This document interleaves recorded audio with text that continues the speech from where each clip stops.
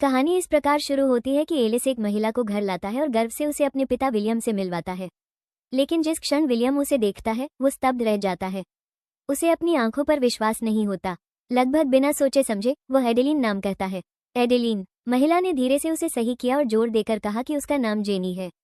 फिर भी विलियम के चेहरे के हाव भाव में कुछ ऐसा था जो कहता था कि उसे यकीन है कि उसके सामने खड़ी महिला बिल्कुल उस महिला की तरह दिखती है जिससे उसे 50 साल पहले प्यार हुआ था। लेकिन ये कैसे संभव हो सकता है? उसका असली नाम एडेलिन बोमन है। शांत, बुद्धिमान और सहज रूप से सुंदर, वो एक कालातीत आकर्षण रखती है। इन दिनों वो जेनिफर लासन के नाम से जानी जाती है। वास्तव में पिछले कुछ वर्षों में उसे कई नामों से जाना गया है क्योंकि एडेलिन का जन्म 1908 में हुआ था। जब वो छोटी थी उसने एक खूबसूरत इंजीनियर से शादी की और फ्लेमिंग नाम की एक बेटी को जन्म दिया। उनकी खुशी लंबे समय तक नहीं रही। वो एक पुराने पुल से टकरा गई और बर्फीली नदी में गिर गई। उसके शरीर का तापमान बहुत ज्यादा गिर गया। उसका दिल रुक गया। 2 मिनट बाद कार पर 500 मिलियन वोल्ट की बिजली गिरी। इस लहर ने उसके दिल को फिर से चालू कर दिया। गर्मी ने उसे हाइपोक्सिया से ठीक कर दिया और सेलुलर लेवल पर कुछ अनोखा हुआ। उस पल से 29 साल की उम्र में एडेलिन की उम्र बढ़ना बंद हो गई। उस रात के बाद समय आगे बढ़ता, लेकिन वो नहीं, यह एडेलिन की उम्र है।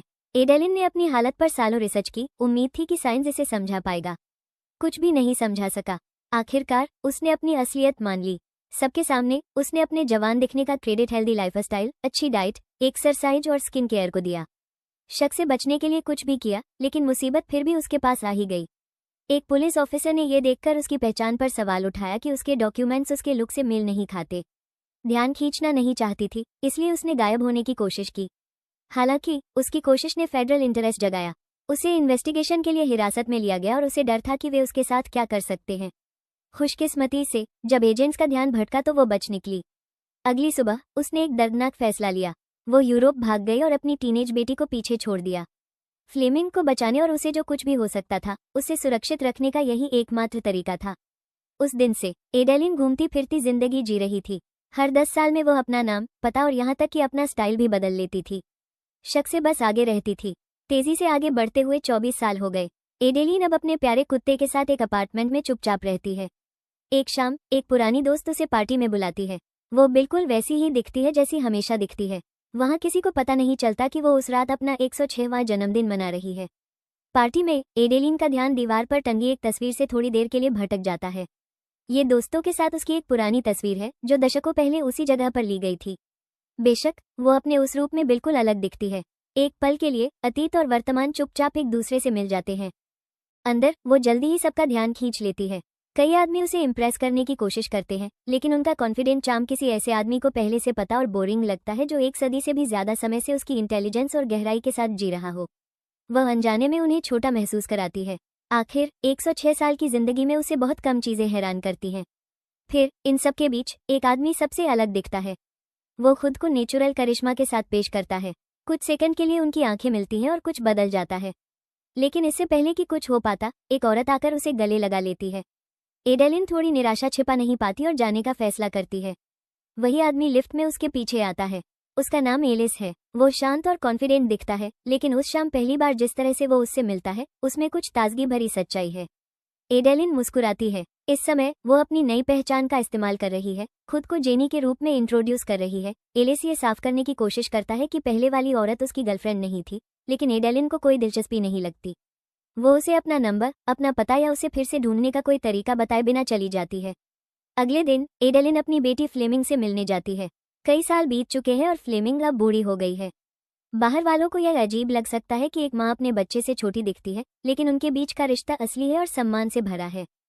उस दिन बाद में जिस लाइब्रेरी में एडेलिन काम करती है वहाँ कोई किताबों का एक बड़ा कलेक्शन डोनेट करता है। डोनर एलिस निकलता है। ये साफ हो जाता है कि यह उसके करीब आने का उसका तरीका है। यह उनकी दूसरी मुलाकात है, लेकिन एडेलिन दूर ही रहती है, यहाँ तक कि जब एलिस उसे ऐसी जगह ले जाने का वादा करता है जहाँ वो पहले कभी नहीं गई है, तब भी वो ज्यादा दिलचस्पी नहीं दिखाती। आखिरकार वो धमकी देता है कि अगर उसने उसका इनविटेशन मना कर दिया तो वो डोनेशन वापस ले लेगा। बिना मन के और लाइब्रेरी की खातिर वो उसके साथ बाहर जाने के लिए मान जाती है। उसे हैरानी होती है कि एलिस असल में उसे कुछ नया दिखाने में कामयाब हो जाता है। वो उसे सैन फ्रांसिस्को शहर के नीचे छिपी एक पुरानी सोने की खदान की सुरंग में ले जाता है। 100 साल से ज्यादा समय तक रहने के बाद भी यह एक ऐसी जगह है जहां उसने कभी खोज नहीं की थी। इस अनुभव की खासियत धीरे धीरे उसे नर्म कर देती है और वो उसके लिए खुलने लगती है। रात के आखिर में एडेलिन बताती है कि वो जल्द ही शहर छोड़ देगी। रिएक्ट करने के बजाय पॉसेसिवली एलिस शांत रहता है। वो एक मज़ेदार ऑफर देता है। अगर वो उसके जोक्स पर हंसती है तो उसे एक बार और मिलने के लिए राजी होना पड़ता है। जब वो आखिर में हंसती है तो उसे एहसास होता है कि उसने अभी एक और डेट मान ली है। अगली शाम वे एलिस के घर पर फिर मिलते हैं। माहौल अच्छा और अपनापन भरा लगता है। वो खुद डिनर बनाता है और एक ग्लास वाइन के साथ कई चीज़ों के बारे में बात करता है, जिसमें उसके पिता भी शामिल हैं, जो सितारों की स्टडी करने वाले एक एस्ट्रोनॉमर के तौर पर काम करते हैं। उनकी बातचीत के दौरान एलिस जैसा इंटेलिजेंट इंसान भी एडेलिन की गहराई के आगे लगभग आम लगता है। वो मानता है कि उसने पहली बार उसे तब नोटिस किया था जब उसने उसे फ्रेंच में लिखी एक किताब पढ़ते हुए देखा था। उस पल का उस पर गहरा असर हुआ। एडेलिन इसे कम समझने की कोशिश करती है, इसे शुरुआती लोगों की भाषा की किताब से ज़्यादा कुछ नहीं समझती। जैसे जैसे रात बढ़ती है उनकी बातचीत नेचुरली आगे बढ़ती है और आखिरकार वे रात साथ बिताते हैं। अगली सुबह एडेलिन ये कहकर जल्दी निकल जाती है कि उसे काम पर जाना है। जब एडेलिन घर लौटती है तो वह अपने प्यारे कुत्ते को बहुत बीमार पाती है। जानवरों के डॉक्टर बताते हैं कि कुत्ते की किडनी फेल हो गई है और वह अब अपने शरीर से टॉक्सिन नहीं निकाल सकता। अपने साथी को खोने से उस व्यक्ति पर गहरा इमोशनल घाव हो जाता है जिसने पहले ही इतना कुछ सहा हो। ये दर्द जाना पहचाना लगता है। इसके तुरंत बाद एलिस फूल लेकर उसके अपार्टमेंट के पास आ जाता है। आराम महसूस करने के बजाय एडेलिन बहुत परेशान महसूस करती है। उसे ऐसा लगने लगता है कि वो उसके बहुत करीब से पीछा कर रहा है। अटैचमेंट का डर फिर से बढ़ जाता है और वो उससे दूर जाने का फैसला करती है। अगली रात वो माफ़ी लेकर उसके पास आती है। एलिस अब थोड़ा ज़्यादा इमोशनली जुड़ा हुआ लगता है। शायद ये दिखाता है कि इस बार वो कितना गहरा महसूस कर रहा है। इत्तेफाक से उसी हफ्ते एलिस के माता पिता की शादी की 40वीं सालगिरह थी और उसने एडेलिन को सेलिब्रेशन में शामिल होने के लिए बुलाया। जब वे उसके घर पहुंचे तो उनका गर्मजोशी से स्वागत किया गया। लेकिन जैसे ही उसके पिता अंदर आए माहौल बदल गया। विलियम ने अचानक एडेलिन नाम लिया और एलिस ने उसे जेनी के तौर पर इंट्रोड्यूस किया। कुछ सेकंड के लिए उनके बीच एक गहरी खामोशी छा गई। टेंशन कम करने की कोशिश करते हुए एडेलिन ने बताया कि एडेलिन उसकी मां का नाम था। विलियम साफ तौर पर असहज हो गया और बताया कि वो कई साल पहले इस नाम की एक औरत को जानता था। यह मुलाकात उसे साफ तौर पर हिला देती है। वो बेचैन लग रहा था, मानो उसकी यादें आज से टकरा रही हों। उसे याद आया कि वो लंदन में एडेलिन से तब मिला था जब वो एक इंजीनियर के तौर पर अपनी कार स्टार्ट करने में स्ट्रगल कर रही थी। उसने उसे ठीक करने में मदद की थी। उस छोटे से पल ने उनके बीच कुछ जगाया और इस तरह उनकी कहानी शुरू हुई। अगली सुबह परिवार फिर से इकट्ठा हुआ। एलिस ने कहानी सुनाई कि वो पहली बार एडेलिन से कैसे मिला, उसके पति को तेजी से इन्वेस्टेड होते हुए देखा। विलियम की पत्नी को ये जानने की इच्छा होती है कि सालों पहले वो एडेलिन नाम की एक औरत से कैसे मिले थे। विलियम के मुताबिक, जैसा कि उनके बेटे ने बताया, वो अनोखी और बहुत समझदार थी। वह 4 भाषाएं अच्छे से बोल लेती थी। इससे भी ज्यादा वो इतनी समझदारी से पेश आती थी जैसे हर बात जिंदगी भर के अनुभव से निकली हो। लेकिन जब विलियम याद करता है तो उसकी बातों से अनजाने में उसकी पत्नी को दुख होता है। वो मानती है कि जिस तरह से वो उस अतीत के बारे में बात करता है उससे उसे जलन होती है। शुक्र है विलियम को ये बात जल्दी समझ आ जाती है और वो धीरे से उसे दिलासा देता है, माफ़ी मांगता है और उसे गले लगाता है, जिससे कमरे में फिर से अच्छा माहौल बन जाता है।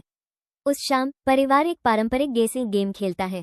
विलियम अपने बहुत ज़्यादा ज्ञान की वजह से हमेशा से ही अजेय रहा है। सवाल रैंडम होते हैं और आसान नहीं होते। फिर भी एडेलिन के लिए इसमें से कुछ भी मुश्किल नहीं लगता। वह आसानी से जवाब देती है, जिससे वह अपनी ही लीग में आती है। एलिसा का परिवार उसकी गहराई और समझदारी से इम्प्रेस होकर हैरानी से देखता है। अगली रात जब एलिस काम में बिजी था, एडेलिन अकेले बाहर निकली और गार्डन में चली गई। वहां उसने विलियम को चुपचाप तारे देखते हुए पाया। वे एस्ट्रोनॉमी के बारे में बात करना शुरू करते हैं और आखिर में एडेलिन पूछती है कि उसने अपने एक स्टार प्रोजेक्ट का नाम उसकी मां के नाम पर क्यों रखा। विलियम बताता है कि यह प्रोजेक्ट एक ऐसी लव स्टोरी है जो लगभग कामयाब हो गई थी। सालों पहले उसने एडेलिन को प्रपोज करने का प्लान बनाया था। वो एक अंगूठी भी साथ रखता था, उससे अपनी जिंदगी उसके साथ बिताने के लिए कहने के लिए तैयार। लेकिन वो बिना कुछ बताए गायब हो गई। जैसे ही वो जाने के लिए मुड़ता है, एडेलिन चुपचाप मान लेती है कि उसकी माँ भी कभी उससे प्यार करती थी, हालांकि वो असल में अपने बारे में बात कर रही थी।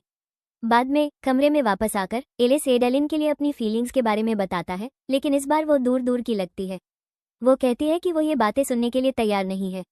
अगले दिन सब कुछ नॉर्मल लगता है, लेकिन जब विलियम को उसके बाएं हाथ पर निशान दिखता है तो वो चला जाता है। फिर भी उसमें कुछ ऐसा है जो उसे परेशान करता है। वो पुराना सामान ढूंढने के लिए स्टोरेज रूम की तरफ भागता है। पुराने समय की यादें ताज़ा हो जाती हैं। जंगल में एक एक्सीडेंट के बाद उसने एडेलिन का हाथ सिल दिया था। उसे एक फोटो मिलती है जो उसके शक को पक्का करती है। बिना किसी हिचकिचाहट के विलियम एडेलिन के पीछे गाड़ी चलाता है। वो उससे मिलता है और सच पूछता है। वो जोर देकर कहता है कि वो निशान झूठ नहीं बोल सकता, उसने उसे खुद सिल दिया है। एडेलिन अब दिखावा नहीं कर सकती। वो टूट जाती है और माफी मांगती है। वो मानती है कि वो किसी को बताने से डर रही थी। उसे साइंटिफिक एक्सपेरिमेंट बनने का डर है। उसे एबनॉर्मल कहलाने का डर है। उसे अलग होने के कभी न खत्म होने वाले नतीजों का डर है।